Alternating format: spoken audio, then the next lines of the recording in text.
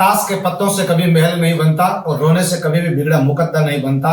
बढ़ते रहो जिंदगी में हर पल, क्योंकि एक हार से कोई फकीर और एक जीत से कोई सिकंदर नहीं बनता।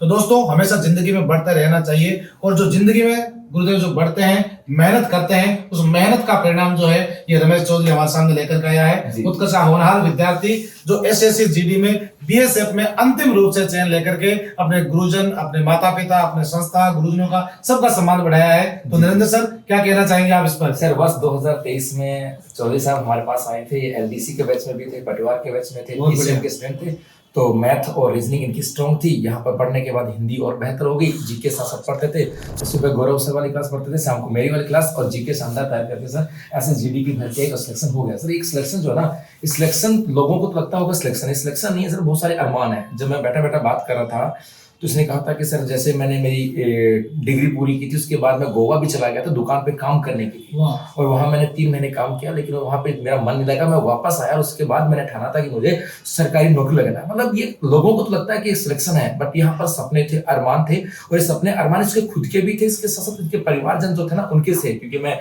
मेरे सामने जो खड़े हैं ये इनके परिवार के सदस्यगण हैं, जिन्होंने मुझे बहुत सारी बातें बताई। मैं मतलब ये इनके अंकल के बेटे हैं, मतलब भाई हैं, तो इन्होंने मुझे बहुत सारी चीजें बताई कि सर, एक सिलेक्शन, लोगों को सिलेक्शन लगता है, लेकिन उसके साथ सपने भी होते हैं, और सपना एक बच्चे का भी होता है, परिवार का भी होता है, माता पिता का होता है। जब बच्चा सिलेक्शन करके आता है ना, तो उस समय एक अध्यापक को सबसे ज्यादा खुशी होती है, और उससे ज्यादा खुशी उस बच्चे को होती है कि मैं उस अध्यापक के सामने हूँ जिसको मैं वादा करके आया था कि सर, मैं आज तो जा रहा हूँ आपसे कोर्स पूरा करके, लेकिन एक दिन आऊंगा मिठाई लेकर के। और वैसा ही वादा पूरा आज हमारे चौधरी साहब ने किया। तो जब ये हमारे संस्थान में आए, मिठाइयाँ सबको बांटी हैं सर। ये बस सीडी तो अब सर चाहूंगा सर, आप जो है इसको माला पहना करके और पहला एक्सपीरियंस दे दीजिए। अब तो हालांकि जो है माला, बड़ी माला पहनने वाले हैं जस्ट। जी सर, आप लगाओ अभी। बिल्कुल। तो ये हमारे संस्थान की ओर से और हमारी ओर से दिल की बहुत सारी गहराइयों से इनको उज्जवल भविष्य की बहुत सारी शुभकामनाएं। क्योंकि एक पड़ाव था इस मंजिल के रास्ते में, एक छोटा सा पड़ाव आया था, उसको पास किया। अभी तो बहुत सारे रास्ते नापने बाकी हैं। मुझे उम्मीद है कि ऐसा जज्बा जब अंदर होता है ना, तो बच्चा बहुत आगे तक जाता है। क्यों सर? बिल्कुल सर। तो जो रमेश है अभी रुकेगा नहीं यहाँ पर, और भी बड़े बड़े आयाम जो है वो प्राप्त करेगा, और सभी गुरुजनों का आशीर्वाद उसे मिले, माता पिता का आशीर्वाद मिले, और अपने कोचिंग संस्थान है या अपने समाज, संस्कृति, सबका नाम जो रोशन किया, इसके लिए आपको बहुत बहुत शुभकामनाएं। आप यूं ही आगे बढ़ते रहिएगा, मेहनत करते रहिएगा, अपने सपनों को साकार करते रहिएगा।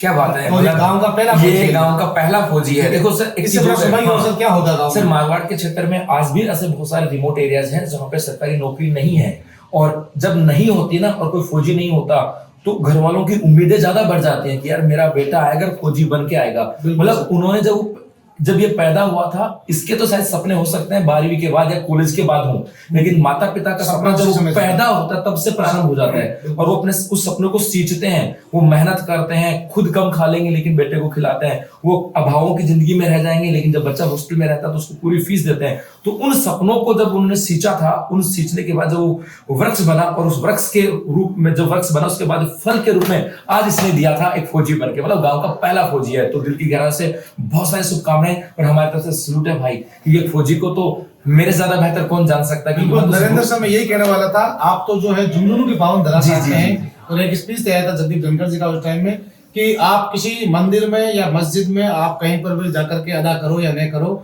आप झुंझुनू के किसी भी गांव में चले जाओ, और वहां पर आपको हर गांव में जो है एक वीर की प्रतिमा जो आपको लगेगी, उसके साक्षात दर्शन अगर आप सुबह करते हो, उससे बड़ा भगवान कोई हो ही नहीं सकता है। जब मैं जिले जाता हूँ ना, तो जहां मैं जैसे जिले में घुसता हूँ ना, तो जिस गांव से होकर जाता हूँ, हर एक गांव में एक शहीद की प्रतिमा लगी हुई है। वास्तव में झुंझुनू तो वीरों की पावन धरा हुई है। तो मतलब यूं दिल गदगद होता है। तो अब इसको जब देखा कि फौज बीएसएफ में लगा, फौज में लगा, तो दिल फिर वापस गदगद हुआ कि हाँ, जो शहीद हुए थे ना, उनको, उनकी जो मंजिलें थी, उनकी जो अरमान थे, उनको आगे बढ़ने के लिए योद्धा और तैयार किया है। हाँ, गांव में सगी हो रखी है 3 साल से, पर इन्होंने बोला कि सरकारी नौकरी लगने के बाद ही शादी करो। क्या बात है, मतलब शादी की सहनाएं बजने वाली है। अब सहनाएं बजने वाली है। बहुत बहुत शुभकामनाएं आपको, और आप जो है और भी बड़े बड़े आयाम प्राप्त करो ऐसी शुभकामनाओं के साथ में। जी, रमेश भी कुछ कहना चाहता है कि मेरी जो पूरी जो दायरा था कि मैंने कैसे शुरुआत की, या इस वर्दी के प्रति मेरे अंदर जोश कहाँ से आया, जो कुछ बातें हैं वो भी रमेश की जुबानी है। मेरे तो सर यही था, गुरुजनों का आशीर्वाद, माता पिता के आशीर्वाद से सर हुआ है,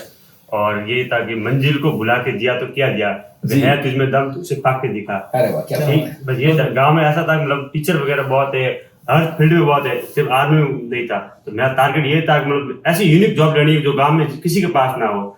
इसी टारगेट बहुत से बढ़िया क्या हो मतलब वो सकता है? जज्बा तो फिर था ही, क्योंकि माइंड में पहले से सेट होता है कि हमें इस जज्बे तक, उस लक्ष्य तक जाना है, उसके जज्बा पैदा करना पड़ता है, और वो जज्बा आज धरातल पे उतरा है। बिल्कुल सही सर, हो जाए रमेश जी। शिद्दत के साथ जो मेहनत करते हैं, कहते हैं कि कायनात जो अगर उसके रोकने में लग जाए लेकिन भगवान उसका साथ अवश्य देता जी है। जी जी।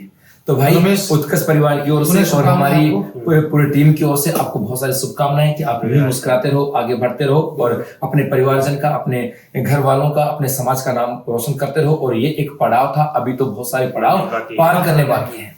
धन्यवाद। राम राम।